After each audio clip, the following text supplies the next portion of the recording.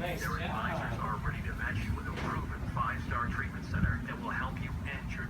So clearly she had some sort of a lack of confidence when it came to dealing with me. So I just wanted to get her focused a little bit on what I'm trying to do and not make her feel defensive. You know, just a little more of a positive association. I'm going to be working on her name, her come command, and her walking command. Maybe a sit. April, let's go. Good girl. And then a release word. Okay. Look what I got. Your nose isn't working. She doesn't have, I don't think she has a good sense of smell. I don't think so either. No, I've noticed that. Sit. I say it once. Good girl. And then a release word to get her up. Okay. Very nice. April, let's go. Good girl.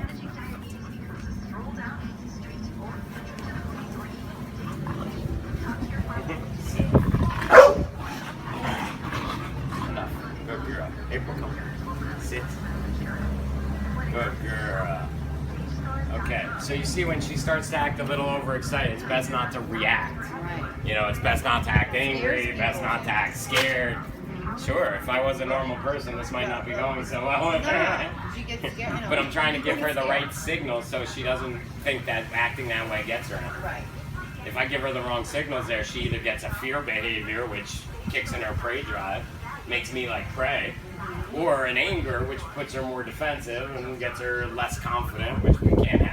So I'm just trying to build confidence. Look at your name, say when I ask you, those type of things. April, good girl. Nice job. And that's the beauty of good obedience training, is it's confidence building. They always know what you're gonna say, they know what you're asking them to do.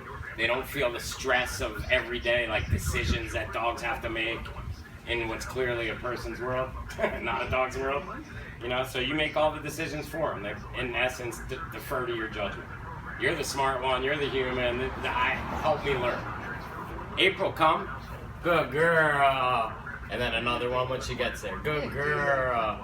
So it's just saying one command and getting one behavior. And a release word when I'm done. Okay. Nice job.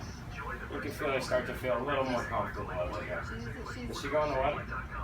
No, she's not one of our water dogs, I don't think. Sit. Good girl. And then I teach the release word by saying it and guiding her up. Okay. April. Good girl. Sit. Just make sure you only say it once. She doesn't do it, she won't get any reward. Okay. I know she knows that one by So I now. give her a moment, and then I say, let's try this again. Redeem yourself. You want to get this one wrong? I'm going to do a third one. I'll do it till you get it right. April, good girl. Sit.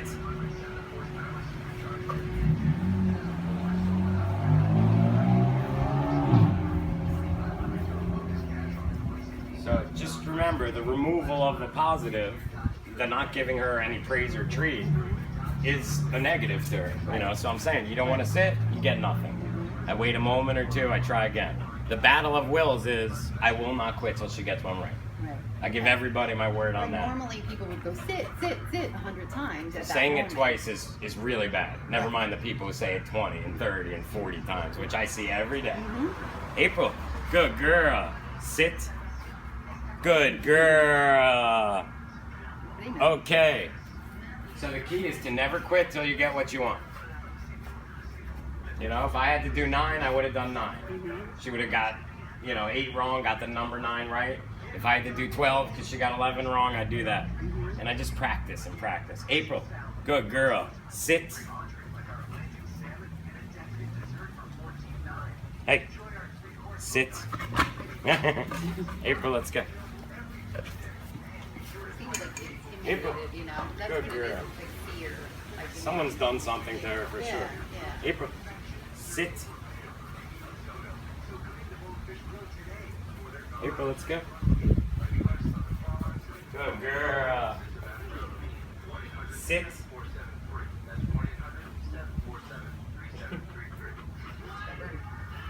Not so much.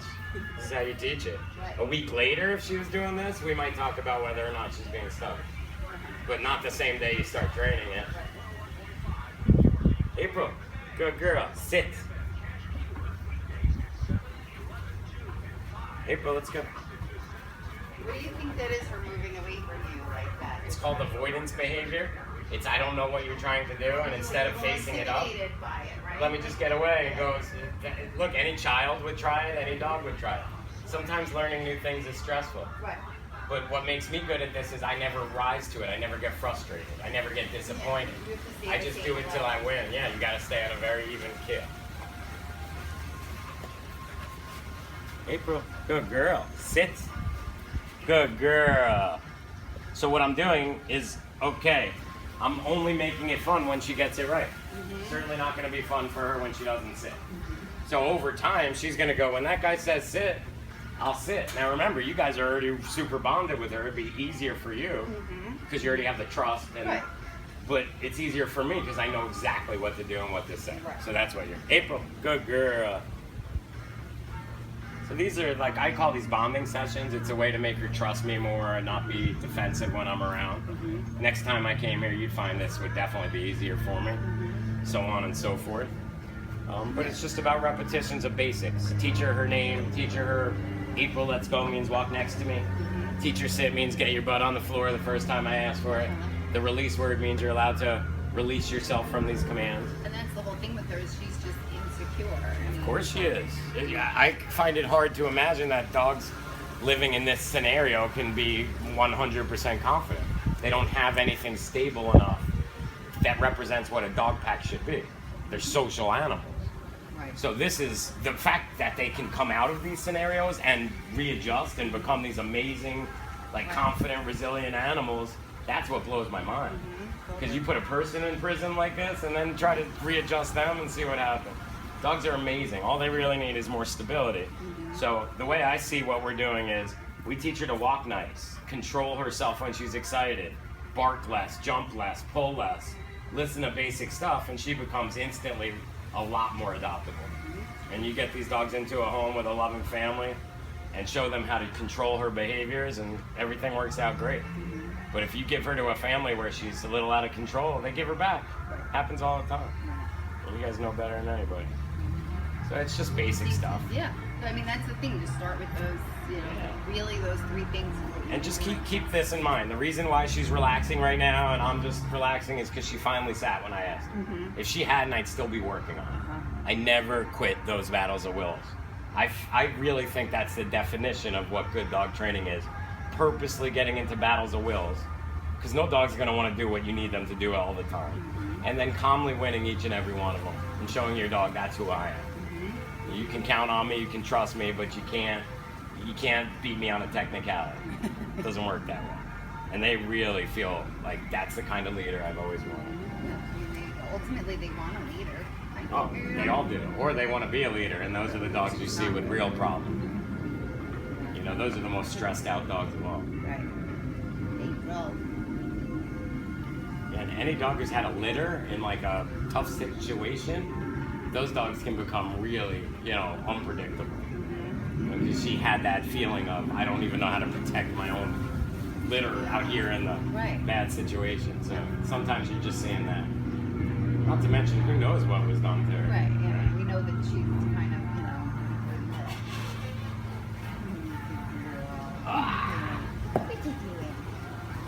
Good girl! Yay, girl! You can play. You can play. Hi. That's a good girl. Is that your Are they friend? your friends? Here you go, mommy. What a pretty dog you are, April. Good girl. Good girl. That's right. Just that simple good girl for taking a dog toy sends a message that, look, there are things you can do that are great when you're excited. Right. But nipping But my the arm is thing- not one of those things. But she does- Jumping on me, that's the barking thing. excessively. No, That's not going to get you the good girls. So we're doing, so when she barks, we're doing quiet once. And If then you want to.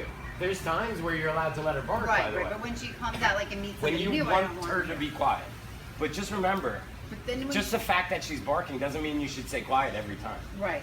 Sometimes I'd be hanging out with her, and she'd be barking, and I would let if it go. she's barking at a bird over I there would let or it go, something, and then all of a sudden I'd calmly walk over in the middle of it and then work on quiet then. But people tend to be pattern trainers, so they hear her bark, they say quiet. Right. They hear her bark, they say quiet. Every single time. And then you're really teaching the dog, I don't ever want you to bark. Right. Which I love when my dog barks, but I also like to have Bark. I mean, control. they have to have a little bit of a Are you mold. trusting me now?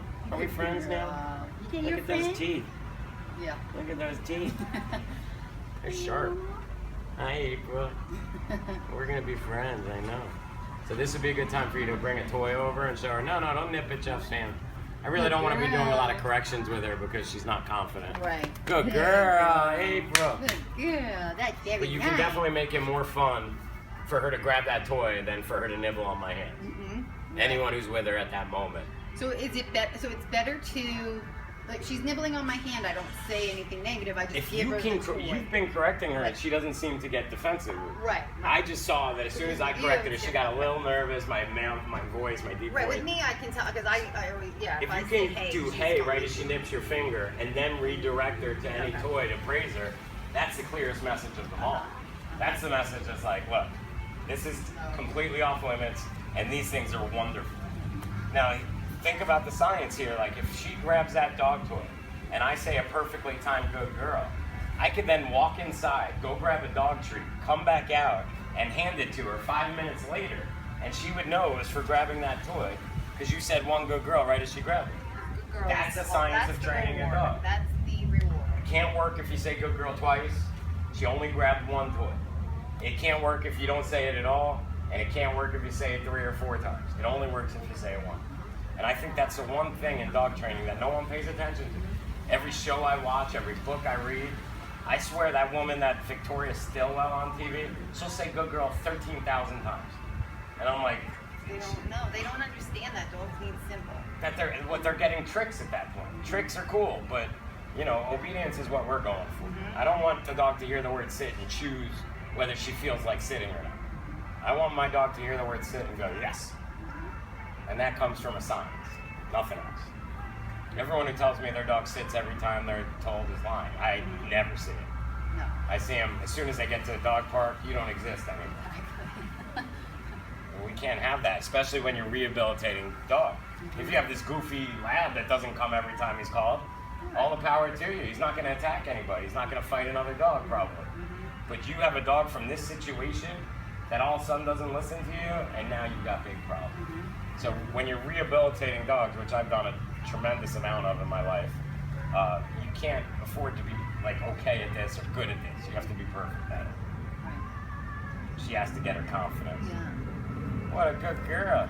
But to be honest with you, I saw her look at me much better towards the end of that little 10-minute session. Much more trust and much less defensiveness. And like I said, if I came back, it'd be easier and back and back. Eventually, the dog completely trusts you and can't wait to learn new things from you. When you're that clear, they can't wait. But yeah, you saw some avoidance behavior, which was like, look, I'm not sure what you want from me. I'm a little stressed out. Let me go lay down over here and avoid it. It'd be crazy for her to not try that. Right. But the average person will let them get away with it. Oh, you poor thing, you're hot, you're tired, you're stressed, it was too much.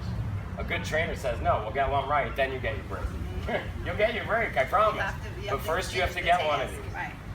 So my system of training, that's always been, let's do this exercise till you get one perfect, and then give you your break. I think it's the most important thing of what I've learned how to do over time. You know, 1,000 different dog training techniques rolled into my own personal customized one. And that's one of the most important Everybody aspects. has their own little tweaks to it. And it makes sense to me. We just have to be consistent. Consistency is